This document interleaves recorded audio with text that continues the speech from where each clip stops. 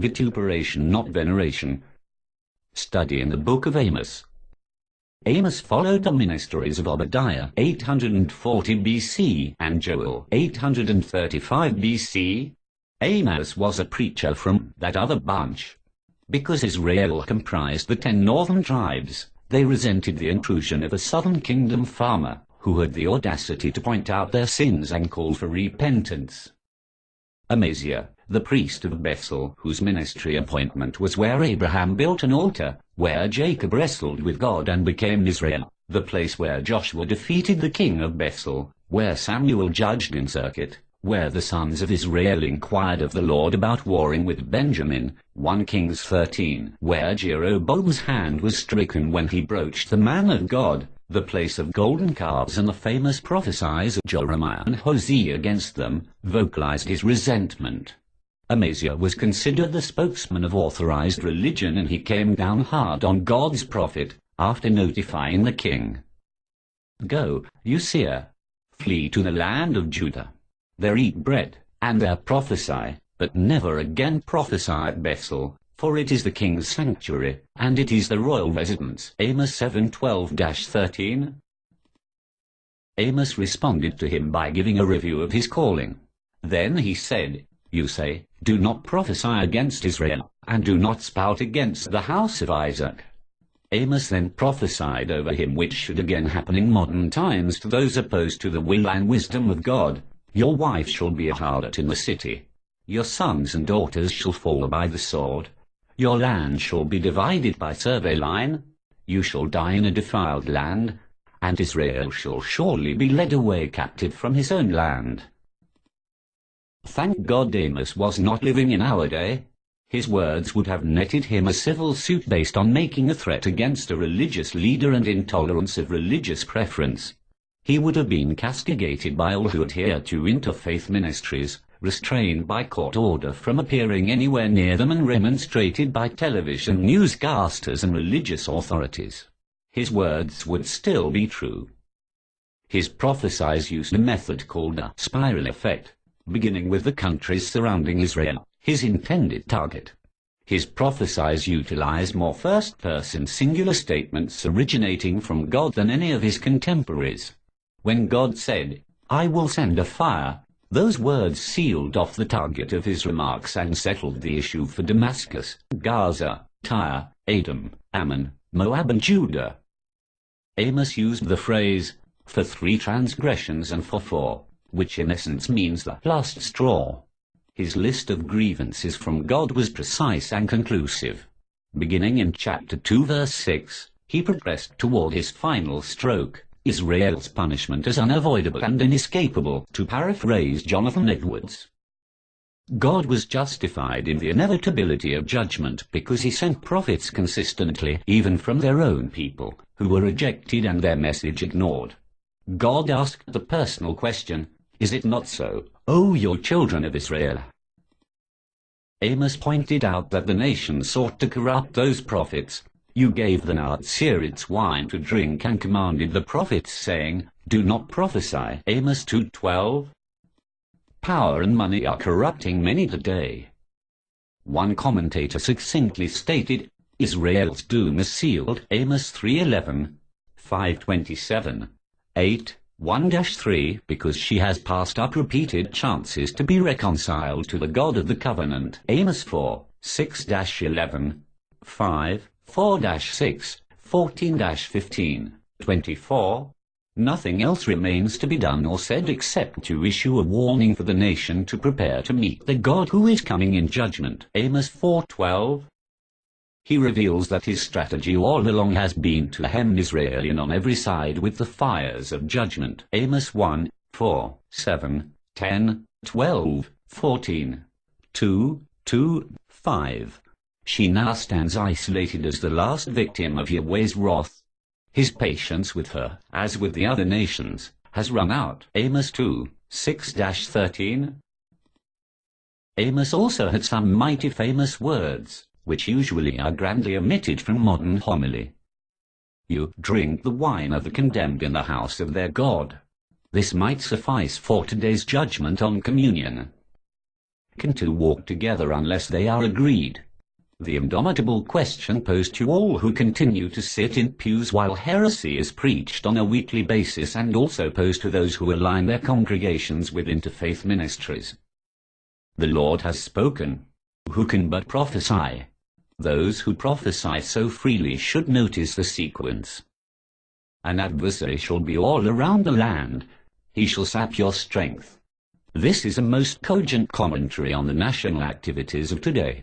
Amos 3:11. I will visit destruction on the altars of Bethel. Amos 3:14.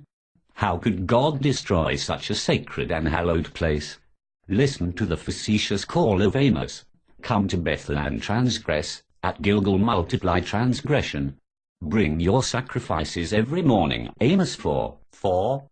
In other words, every religious activity deemed sacred, when offered on a defiled altar, is considered further evidence for judgment. Gilgal, where Joshua set up the 12 stones of crossing, where Saul was anointed of Samuel, where Samuel confronted Saul and killed Agag, where Elisha stood before the prophets, where Hosea and Micah spoke against.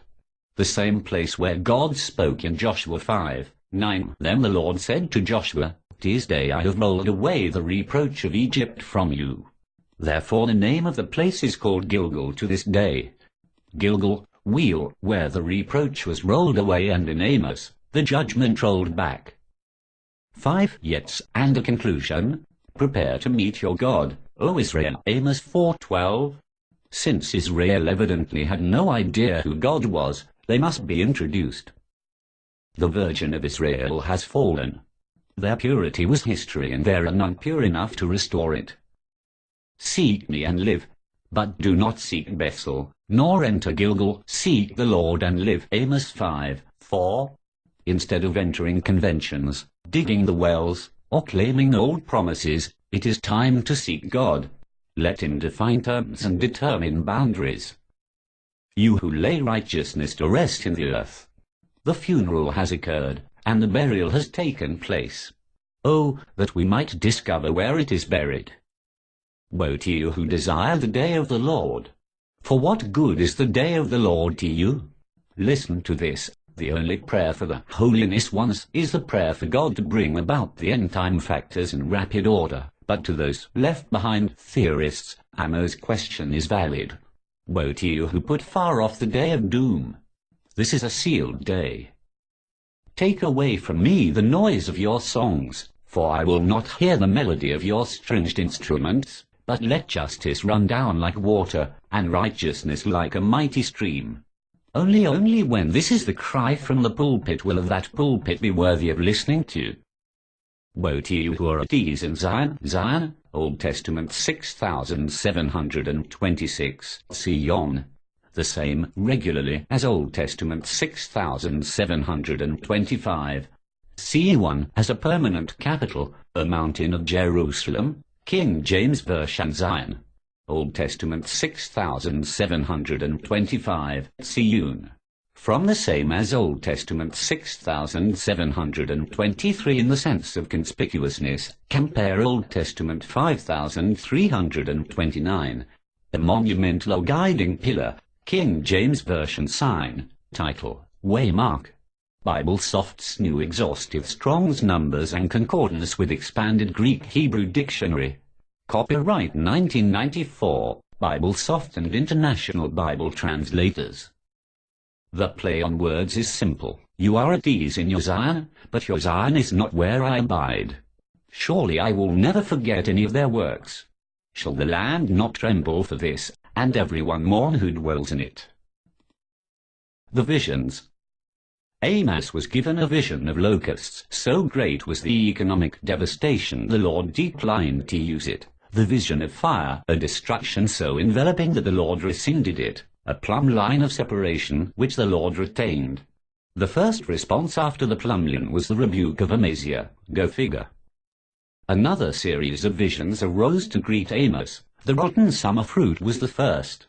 They shall run to and fro, seeking the word of the Lord, but shall not find it. Amos 8:12.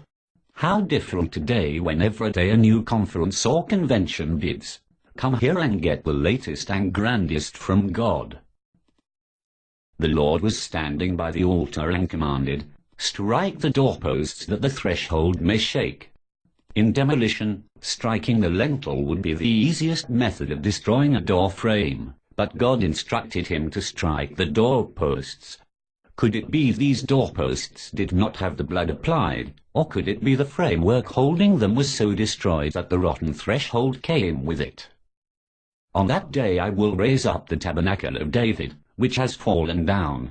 The tabernacle where David entered was not the structure of tradition, but the place where the individual without corporate sanction could minister before the Lord. Strangely, the only passages made famous by Charismatica and the modern Ecclesia are the final ones of chapter 9, beginning with verses 13. Truly these verses reflect a wondrous time for the prophet's audience. One must remember, however, what prophecies lay between them and this final hour. Hosea, Jonah, Isaiah, Micah, Zephaniah, Jeremiah, Habakkuk, Daniel, Ezekiel, Lamentations, Haggai, Zechariah and Malachi would come forth in that order before all of the fulfillment could begin. A nation would experience the awesome discipline of Babylon, and it would forever stand out greater than Egypt in its mind. Babylon would join Sodom and Gomorrah as a historical landmark never to be forgotten, a reference point God would use to jar the mind of those at ease in Zion. Revelation used Babylon to underscore the condition of the world before the end time and the putrefied church at ease in it. Israel and Judah entered Babylon's correction as a divided nation guided by waffling leadership which mostly leaned to superficial repentance and flagrant sin. They returned a unified remnant with a limited kingship which dwindled in authority until the Messiah came. Amos stood early among the prophets, but his message spanned all the way to our future. The plumblin has not been retracted, the call to righteousness and repentance is still valid, and the inevitability of judgment looms larger by the day. The end of the study of Vituperation, not Veneration, a study in the Book of Amos.